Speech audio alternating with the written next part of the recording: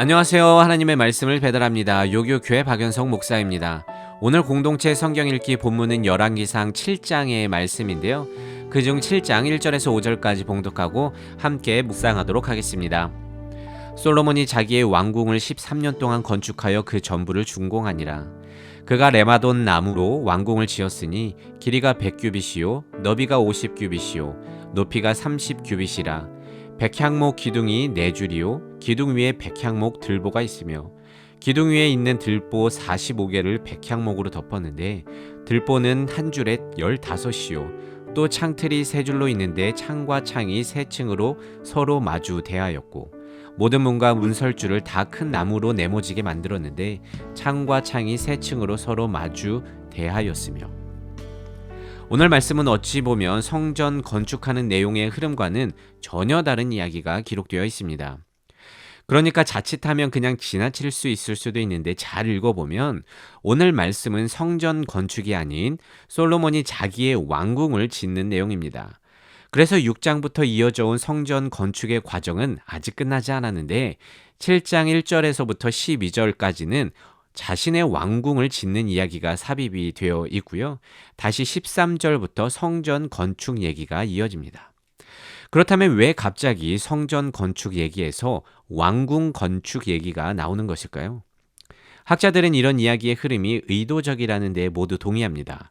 그리고 그 의도는 솔로몬이 삶에서 무엇을 중요하게 여기고 있는지를 고발하는 것입니다.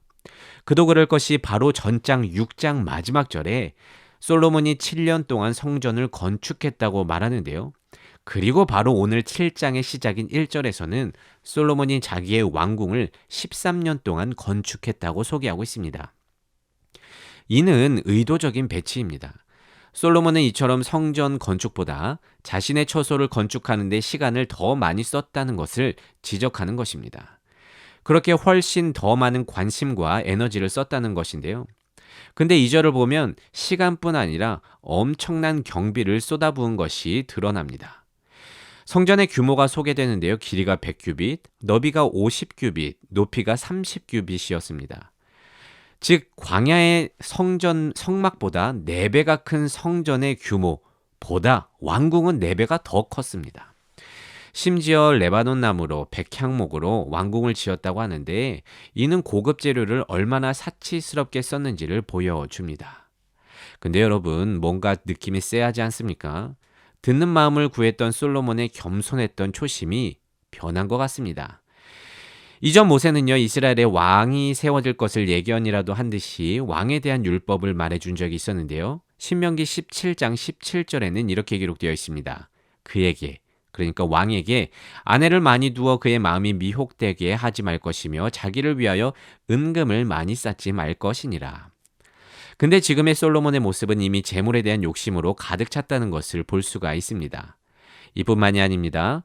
8절에 바로의 딸을 위해서 집을 지었다고도 하고 열왕기상 11장에 가서는 솔로몬의 말로를 정리하면서 이렇게 평가를 합니다. 솔로몬은 바로의 딸 외에 이방의 많은 여인을 사랑하였더라. 그리고 결국 그녀들을 통해 이방 신들이 이스라엘에게 들어오게 되었고요. 모든 걸 종합해서 열왕기상 11장 6절에서는 솔로몬을 이렇게 평가하고 있습니다. 솔로몬이 여호와의 눈앞에서 악을 행하여 그의 아버지 다윗이 여호와를 따름같이 아니했다. 물론 여기에는 정치적인 것들이 얽혀 있었을 것입니다. 바로의 딸을 비롯해 이방 여인들을 아내로 맞이한 것은 인접한 나라와의 전쟁을 피하고 이스라엘의 평화를 가져다주고 싶어 했던 정책이었을 것이고요. 자기 왕궁을 거대하게 짓는 일을 통해 자기 백성들은 물론이고 주변 나라를 향해서 하나님의 영광을 드러내는 일이라고 생각했을지도 모르겠습니다. 하지만 어제도 말씀드렸듯이 하나님은요 이미 모든 걸 가진 창조주신데 이 땅에 그 어떤 부귀와 영화가 있다 한들 그것 때문에 하나님이 더 영광받고 하지는 않습니다. 다시 한번 말씀드리지만 하나님은 제사보다 순종을 원하시는 분이지 우리에게 어떤 드러나는 성과를 요구하지 않습니다. 어떤 일의 결과로 영광을 드러내는 건요 오직 세상의 방법일 뿐입니다. 그래서 우리는요, 일이 잘 되어가고 있을 때일수록 나를 유심히 돌아볼 수 있어야 합니다. 솔로몬은요, 일이 잘 풀리고 있고 별일이 없으니까 왕궁도 짓고 이방 여인들의 처소를 만드는 것도 주님이 원하시는 거라고 생각했을지도 모르겠지만, 우리 인간은 말씀을 통해서 돌아보지 않으면 나도 모르게 주께 받은 은혜를 엇나간 방향으로 엉뚱하게 쏟아붓고 있을 때가 있기 때문입니다. 그래서 바울은 고린도전서에서 이렇게 말하죠. 그런즉 선줄로 생각하는 자는 넘어질까 조심하라.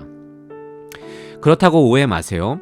자기를 위한 왕궁을 짓지 말라는 게 아닙니다. 내게 부어주신 은혜를 지금 어디에 쏟아붓고 있는지, 내 마음이 지금 어디를 향하고 있는지 항상 살펴보라는 말입니다. 혹시 나도 큰 별일이 없으니까 하나님도 좋아하실 거라고 생각하면서 내 마음대로 이런저런 일을 벌리고 있지 않습니까? 여러분, 오늘 말씀을 통해서 나의 신앙을 점검해 보기를 원합니다.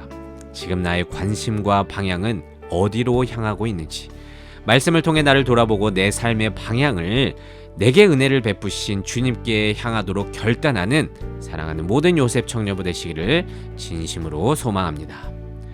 말씀을 묵상하며 내 삶에 적용하길 원합니다. 내게 주어진 은혜를 어디에 쏟고 있는지 솔직하게 돌아보고 나의 삶과 신앙의 방향이 올바로 하나님을 향할 수 있도록 기도해 봅시다.